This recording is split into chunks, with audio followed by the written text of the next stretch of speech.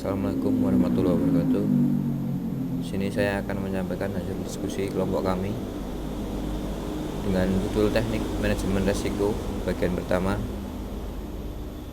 yang beranggotakan Muhammad Ferdi Firmansyah, Muhammad Nur Syahbi, dan saya Pandu Haji Bramasta. Yang pertama, teknik manajemen risiko merupakan sistem pengelolaan risiko yang dihadapi oleh suatu organisasi secara komprehensif untuk tujuan meningkatkan nilai organisasi atau perusahaan tersebut. Manajemen risiko juga merupakan seperangkat kebijakan prosedur yang lengkap yang dipunyai organisasi untuk mengelola, memonitor, dan mengendalikan eksposur organisasi terhadap risiko. Teknik manajemen risiko dibagi menjadi 3 subbab. Yang pertama, eksposur risiko dan sekilas pengendalian risiko. Yang kedua, penghindaran risiko. Dan yang ketiga, retensi risiko. Masuk ke subbab yang pertama, yaitu eksposur risiko dan sekilas pengendalian risiko. Eksposur risiko yaitu pengukuran potensi kerugian di masa depan karena peristiwa atau aktivitas bisnis tertentu dan dihitung sebagai profitabilitas genap dikalikan dengan kerugian yang diharapkan akibat dampak risiko. Tujuan dari perhitungan eksposur risiko yaitu untuk membantu menentukan keseluruhan tingkat risiko yang dapat ditoleransi bisnis berdasarkan manfaat dan biaya yang terlibat. Eksposur risiko ada 2 jenis. Yang pertama, eksposur risiko murni, yaitu risiko yang tidak dapat sepenuhnya diramalkan atau dikendalikan. Contohnya seperti bencana alam dan pandemi global yang berdampak pada tenaga kerja. Yang kedua, eksposur risiko spekulatif adalah risiko yang terjadi berdasarkan tindakan yang diambil sebuah bisnis dan konsekuensi selanjutnya. Contohnya, ketika sebuah perusahaan menggunakan software untuk kebutuhan bisnis dan software tersebut rentan rusak atau mudah terkena virus. Rumus menghitung eksposur risiko yaitu dampak risiko dikali probabilitas. Contoh sederhananya, misalnya software perusahaan memiliki kemungkinan 50% terkena virus atau probabilitas 0,5. Perkiraan biaya pemulihan dan hilangnya pendapatan sebesar 3 juta rupiah. Perhitungan eksposur risikonya yaitu dampak risiko yang berjumlah 3 juta dikali probabilitas 0,5 yaitu 1.500.000. Berikutnya ada sekilas pengendalian risiko. Pengendalian risiko adalah metode di mana perusahaan mengidentifikasi potensi kerugian yang mungkin terjadi dan menyusun strategi untuk mengurangi atau menghentikan kerugian tersebut. Ini adalah teknik untuk mengidentifikasi potensi risiko dalam operasional perusahaan, aspek teknis dan non-teknisnya. Contoh pengendalian risiko yaitu dengan cara asuransi, yaitu pihak ketiga yang ditunjuk untuk menyeimbangkan kerugian berdasarkan kontrak. Mereka memisahkan aset secara strategis sehingga risiko tersebar merata dan ancaman hanya dapat mempengaruhi satu lokasi bisnis pada satu waktu, karena jika semua aset digabung di tempat yang sama dapat meningkatkan persentase risiko.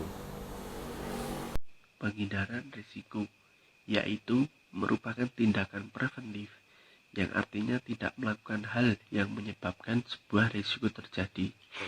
Metode penghindaran risiko berupaya untuk meminimalisasikan risiko yang dapat menimbulkan ancaman dengan cara menghindar, mitigasi melalui kebijakan dan prosedur, pelatihan, serta ancaman teknologi.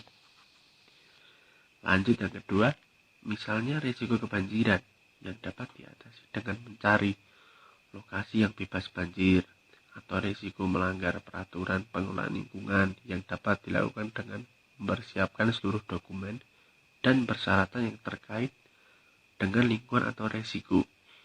Adanya penuntutan atau komplain dari konsumen terhadap produk yang dihasilkan dapat dihindari dengan mencantumkan spesifikasi produk yang jelas dan rinci, serta melakukan berbagai uji coba sebelum produk dipasarkan di masyarakat. Selanjutnya, risk retensi atau retensi risiko.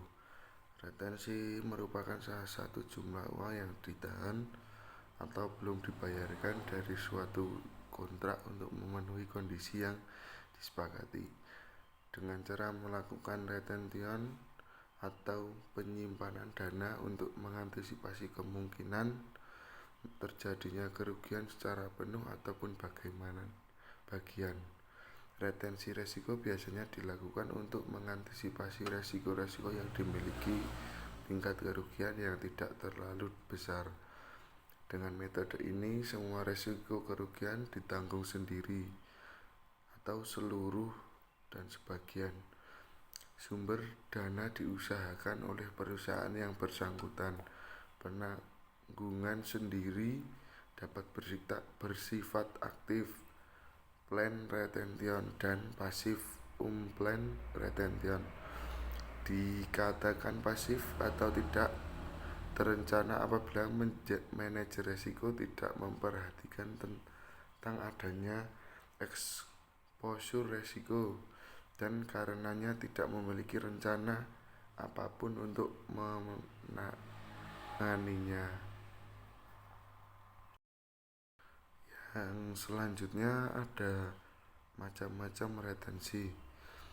Yang pertama, full, yaitu resiko yang ditanggung sendiri, tidak melibatkan pihak yang lain.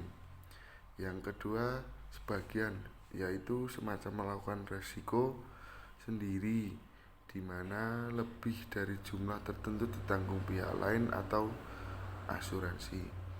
Yang ketiga, ada sebagian yang bukan resiko sendiri, yaitu di mana resiko tertentu tidak diasuransikan, tapi risiko yang lain diasuransikan. Yang keempat, ada captive, yaitu mendirikan perusahaan asuransi sendiri dengan tujuan untuk mengelola risiko usahanya sendiri. Sekian dari kelompok kami. Bila ada kesalahan kata atau kesalahan materi dan apa yang perlu ditanyakan bisa ditanyakan, silahkan, monggo teman-teman. Terima kasih. Wassalamualaikum warahmatullahi wabarakatuh.